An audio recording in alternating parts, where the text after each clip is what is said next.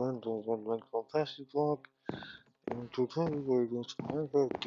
to go? Okay, so first things first, let's choose your class.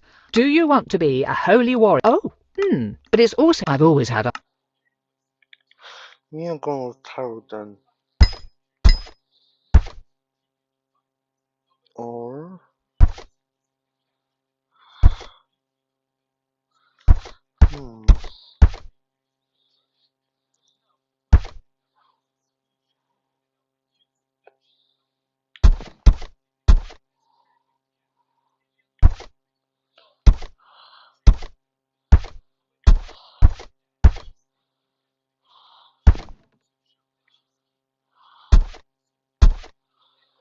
Me, I'm gonna go with Tarot then, like we said. Okay, next let's allocate your stats. You want me to explain how stats and dice rolling work in this game? I'm good. You'll also see that your class already has... Do you want to make them better? Let's see...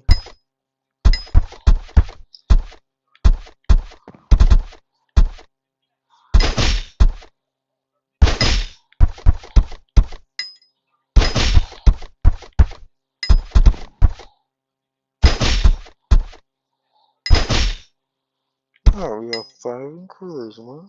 3.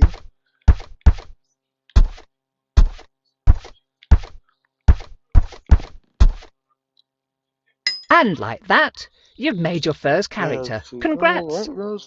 Now, how about we dive right into things? Let me just set the scene for you.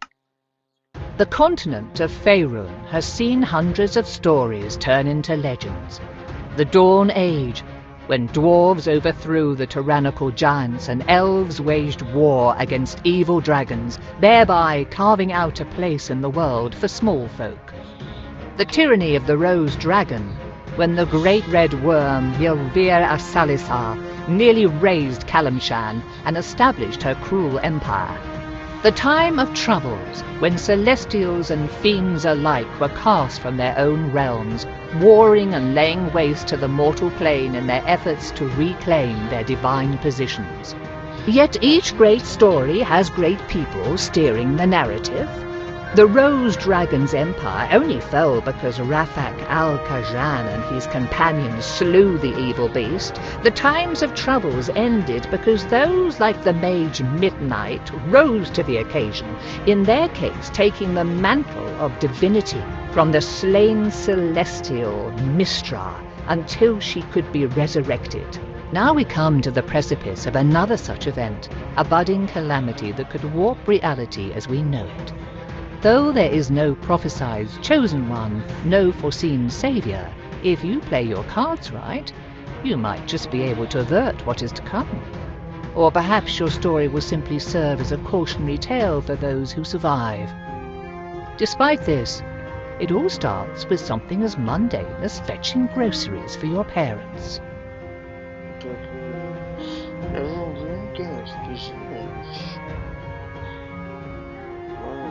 Covers the microwaves of the coast. I have done dreams and dreams. They live honestly to prepare the world. We open on Nashkel, a village on the northern slopes of the Cloud Peaks. The late spring rains have abated, making the trek across town to deliver a commission for your father at least a bit less muddy. As you make your way back along the main street, though, it is hard not to notice that your otherwise quiet home is riddled with strained, whispered conversations.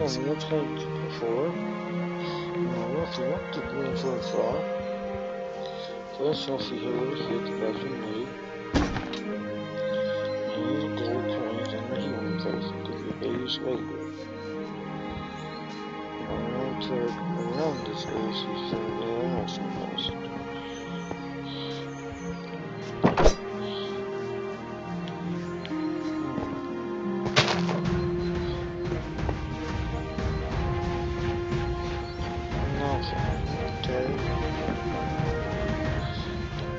Standing behind his produce stand is Eric, one of the farmers living on the village's outskirts. You have known him for most of your life, though he is still young and smile lines have only just begun to crease the sides of his eyes. Your father said you'd be along to pick up his purchase. I don't envy him his back problems, as if he didn't have enough to deal with already as the head. Anyhow, here you go. I'm sure he appreciates having you around to do all the heavy lifting for him. Thanks, Eric. Sure thing. Just make sure to get home safe. Take care, Eric. See you around.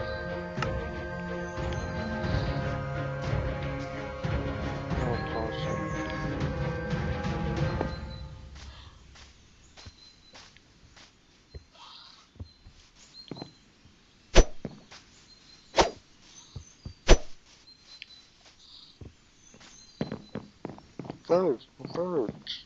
Meaning look at the eyes off my rifle bow. You hear voices from inside your house.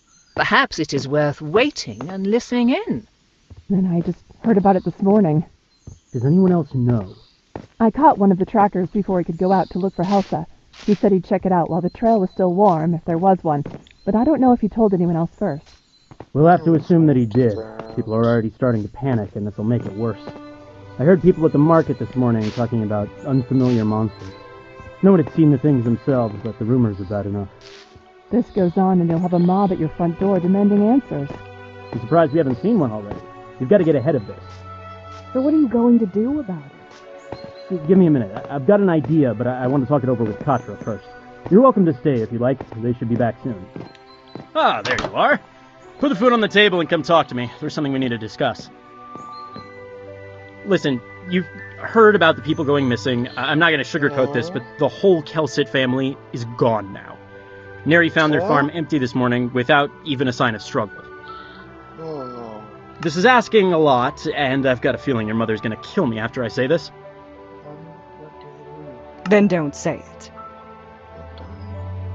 But I need you to go speak with Endan Dravair and ask for his help. True? You're right. I think I will throttle you. Are you insane? People are going missing, and you think sending Katra out into the woods by themselves is somehow a good idea? I have to agree with Ilan. They'd make a tempting target.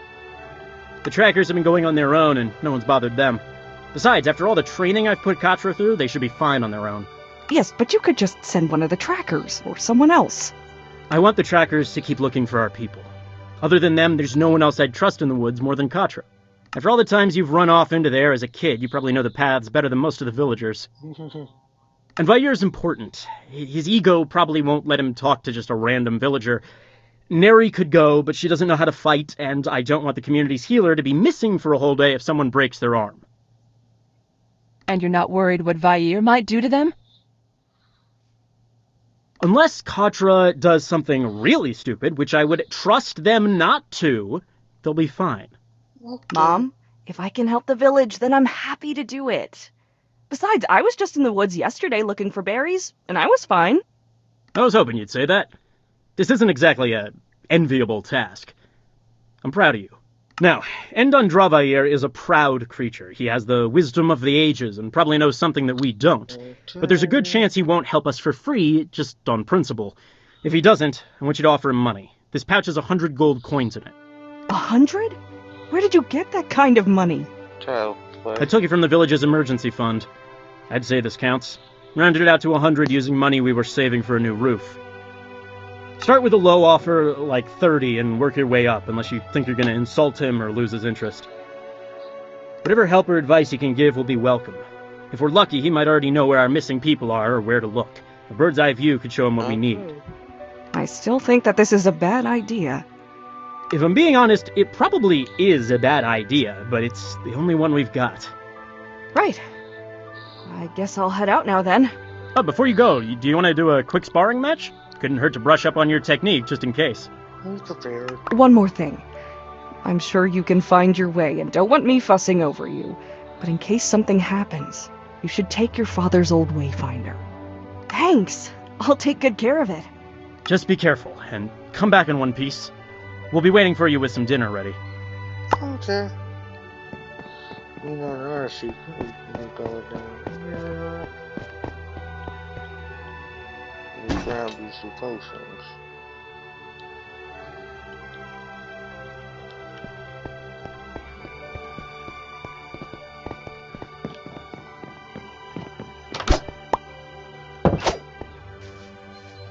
Let's keep going.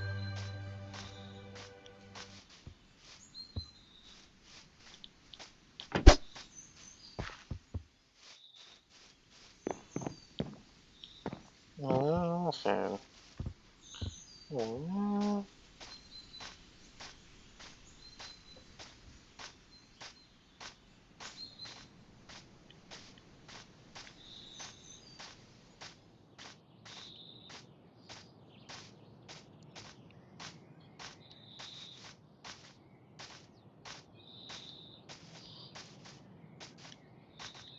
What is that?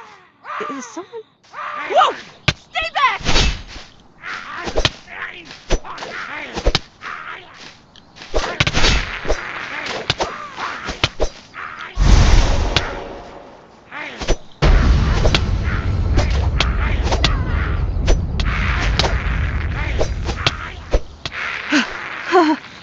Okay. I wasn't expecting that.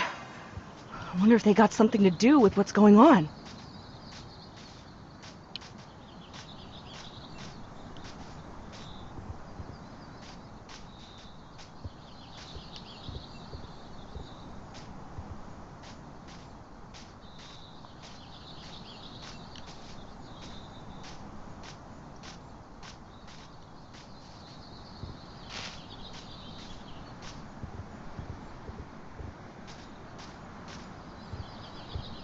Guess this is it? Unless this wayfinder led me to some old owlbear den. Okay then.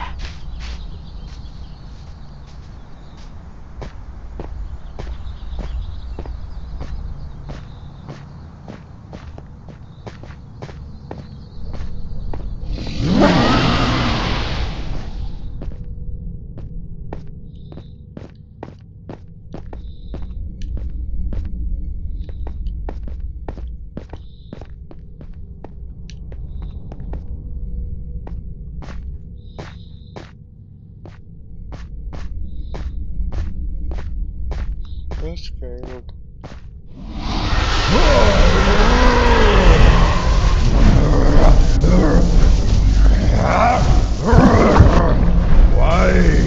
Why do you do this? Release me!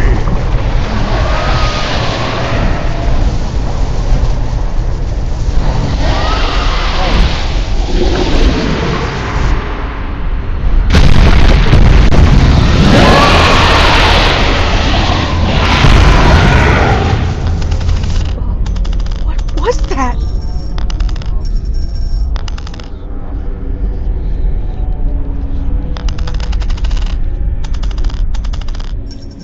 As you reach for the coin that seemed to suck the life from Endan Dravair, you note a crack running down its face. Whatever these people want with it, you doubt they should have it. The moment you touch the metallic surface, though, a jolt of energy sears through your fingers and up your arm, followed by a sense of pressure, as if the ocean's tide were rushing into your flesh.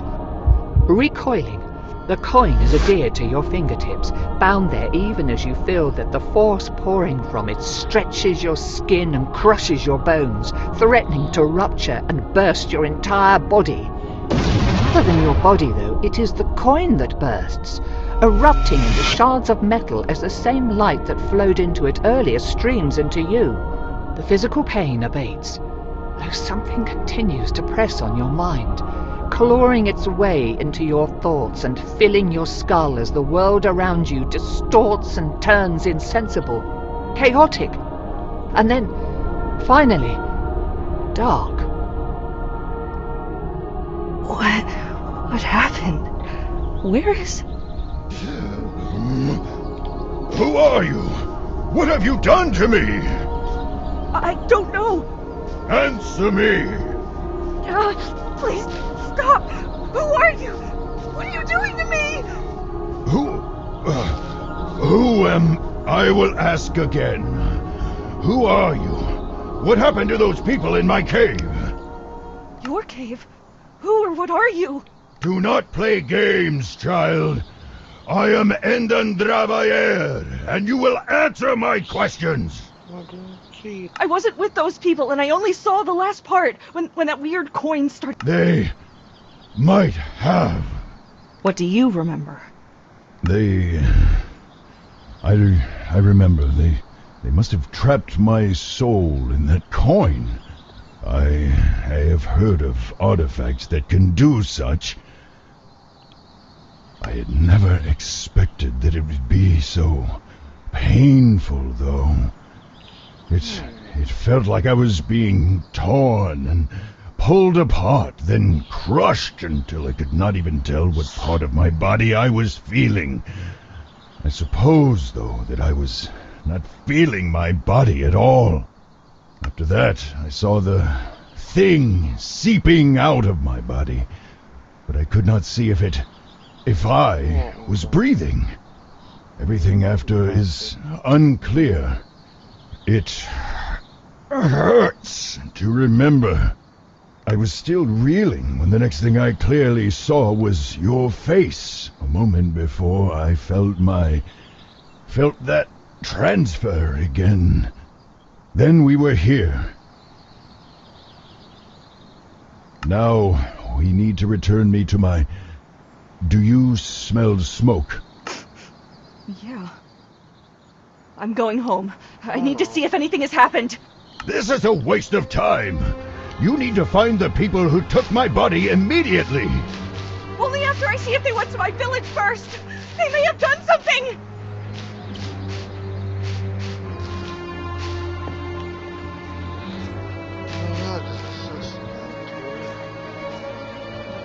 That's so good.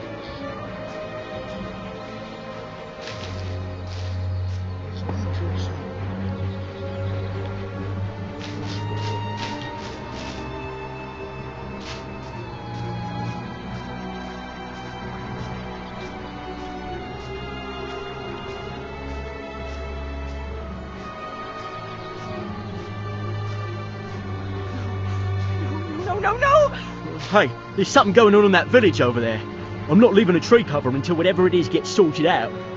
Bad feeling about it.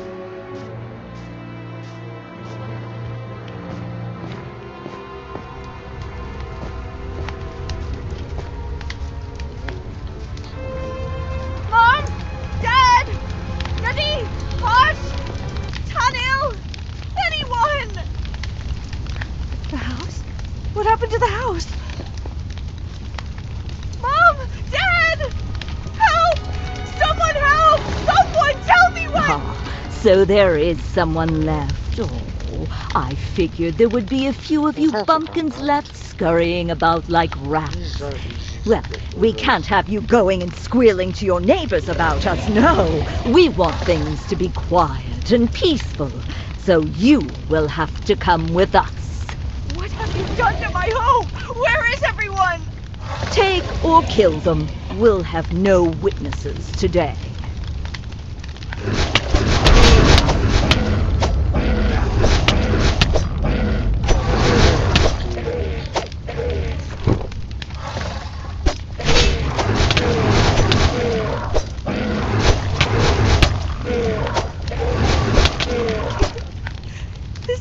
This was my home? Not anymore, it would seem. Shut up! Someone has to be... Foolish whelp. Looking at this place, if they did not respond the first time, I doubt they ever will. You may search, but you seem to be alone here. Why would they do this? Where is everyone? Do you actually expect an answer to that question, or are you simply asking empty questions to hear yourself speak? No, I was expecting you to actually be helpful and offer some insight, but I guess that was too much to ask, wasn't it? Careful, child. I may not have my own body, but it seems that I can still harm yours. Stop it already! Look! A lot has happened all at once! I had a dragon pop into my head and start tearing it apart, and then a few minutes later I found out my home and everyone I know are now gone! This is a bit overwhelming, and I'd appreciate a bit of compassion, you callous lizard! How dare you! Consider yourself fortunate that I am merciful and willing to overlook this slight in light of your obvious distress and lack of self-control. What are you doing in my cave, anyhow? Some of the villagers had gone missing. I was going to ask you for your help finding them. Well, it seems that a few missing persons is the least of your village's concerns now. Yeah, man.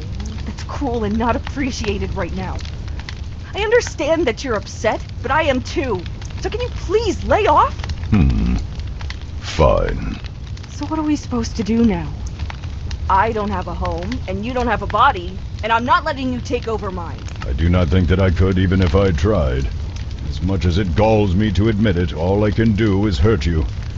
I think that I could kill you if I truly wished, but that would likely end my life too. That's good to know. We shall hunt the people who took my body. We will find a way for you to put me back, and I can force answers out of those treacherous eels. Perhaps you can use the coin again to set things right. But it exploded when I touched it. It felt like something was being forced into me before I blacked out. That must have been when you came. Without the coin, I doubt that you would have been able to restore me anyhow, much less after whatever that monster of theirs did to me in the times since. It seemed to be fusing with my form. It might have been feeding. That was not the impression I felt. So I've got the same question as before. What now? Short of purging my soul from your body, which I would not recommend lest you want me to destroy the both of us first, you will need to put me into another vessel. Ideally, though, that vessel will be my own original body, purified of whatever has come to infest it. If your villagers were taken by this group, then finding where they have taken me will also lead you to the answers you seek. Sure, but I don't know anything about healing dragons or moving souls from one body to another. How are we supposed to do all of that, or even find these people? I think that the best course now would be to seek the advice of the scholars in Candlekeep. It is relatively close and hosts the greatest collection of knowledge in Faerun that I am aware of, anyhow. If anyone would know of a cure or be able to devise one and be able to tell us more about this group of people that attacked me, then we will almost certainly find them in Candlekeep's great library. Rather than walk the whole way, see if that man with the cart is heading north. Preserve your strength while you can. I think that's actually the first good, usable advice you've given me. Do not push your luck with such frequent sarcasm, child. Find the cart and let us leave.